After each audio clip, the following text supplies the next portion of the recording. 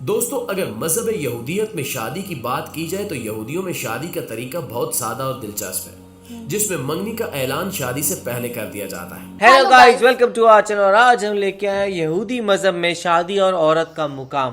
ہم نے دیکھا تھا ایک ویڈیو میں کہ یہودی مذہب میں تھوڑا سا دیکھا جائے تو جیسے عورتوں کو بھی وہاں لایا جا رہا تھا، اور بہت ساری چیزیں ہیں اس میں بہت ڈفرینٹ ہے اور بہت الگ ہے، اور کافی ساری چیزیں ایسی ہیں جو آپ کو دیکھ کے لگتا ہے یہ ایسے کیسے کر رہے ہیں۔ تو اس بارے میں شاید اس ویڈیو میں ہمیں اور بتایا گیا ہے، اور ہم دیکھتے ہیں اس کیا بولا گیا ہے۔ اور اگر میں اپنی بات کروں نا تو مجھے اتنی زیادہ نالج نہیں ہے یہودیوں کے بارے میں، کیونکہ ہم لوگوں نے اتنی ویڈیوز بھی نہیں دیکھی ہے اس کے بارے میں۔ لیکن ہاں، ہمیں اتنا پتہ ہے کہ جو یہودی ہے اور جو مسلمز ہیں ان کی نہیں اتنی کچھ خاص بنتی ہے نا۔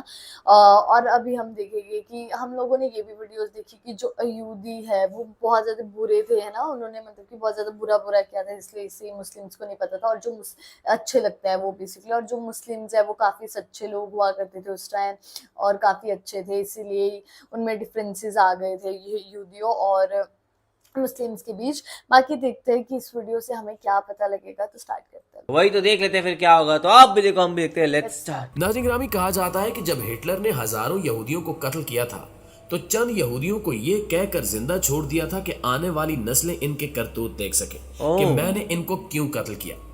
لہٰذا آج آپ دیکھ لیں کہ دنیا میں جتنی بھی سازشیں چل رہی ہیں وہ سب یہودیوں کا ہی کیا دھرا ہے۔ یہاں تک کہ یہودیوں نے 1948 میں ایک عالمی سازش کے تحت فلسطین پر قبضہ کر کے اسرائیل کے نام سے ایک الگ ملک قائم کیا جہاں انہی کی حکومت ہے۔